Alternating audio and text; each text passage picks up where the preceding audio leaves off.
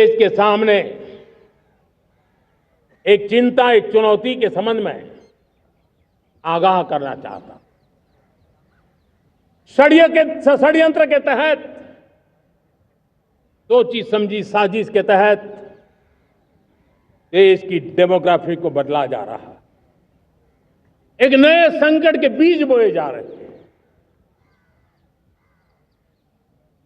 और ये घुसपैठिए मेरे देश के नौजवानों की रोजी रोटी छीन रहे हैं। एक घुसपैठिए मेरे देश की बहन बेटियों को निशाना बना रहे हैं। ये बर्दाश्त नहीं होगा। ये घुसपैठिए भोले भाले आदिवासियों को भ्रमित करके उनकी जमीनों पर कब्जा कर रहे हैं। ये देश सहन नहीं करेगा। और इसलिए मेरे प्यारे देशवासियों, जब डेमोग्राफी परिवर्तन होता है, सीमावर्ती क्षेत्रों में डेमोग्राफी में परिवर्तन होता है, तब राष्ट्रीय सुरक्षा के लिए संकट पैदा होता है। देश की एकता, अखंडता और प्रगति के लिए ये संकट पैदा, सामाजिक तनाव के बीज बो देता है।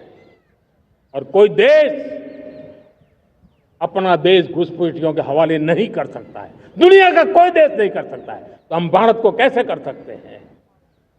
हमारे पूर्वजों ने त्याग और बलिदान से आजादी पाई है, हमें स्वतंत्र भारत दिया है। उन महापुरुषों के प्रति हमारा कर्तव्य है कि हम हमारे देश में ऐसी हरकतों को स्वीकार न करें। उनकी सच्ची श्रद्धांजलि होगी। और इसलिए मैं आज लाल किले की प्राचीर से कहना चाहता हूं, हमने एक हाई पावर्ड डेमोग्राफी मिशन शुरू करने का निर्णय किया है।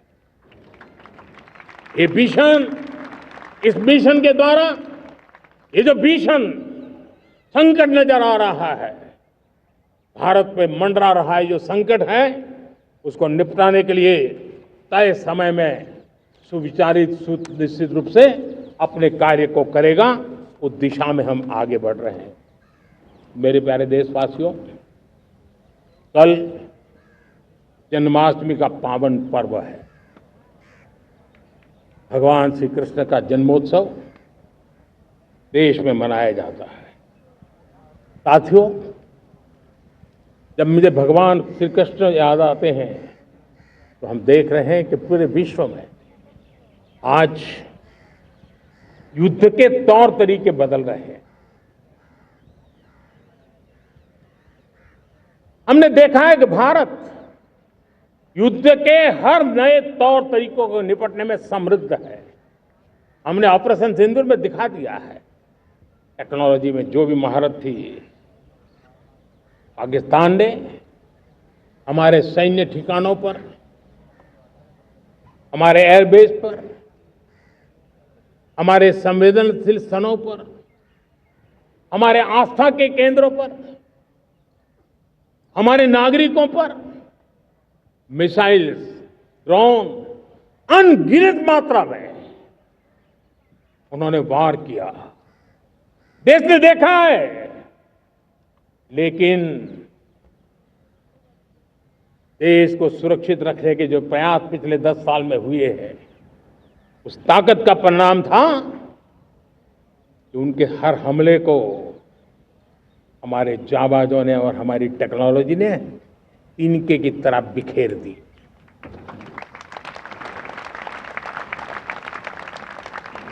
रत्ती भर नुकसान नहीं कर पाए। और इसलिए जब युद्ध के मैदान में टेक्नोलॉजी का विस्तार हो रहा है, टेक्नोलॉजी हावी हो रही है, तब राष्ट्र की रक्षा के लिए, देश के नागरिकों की सुरक्षा के लिए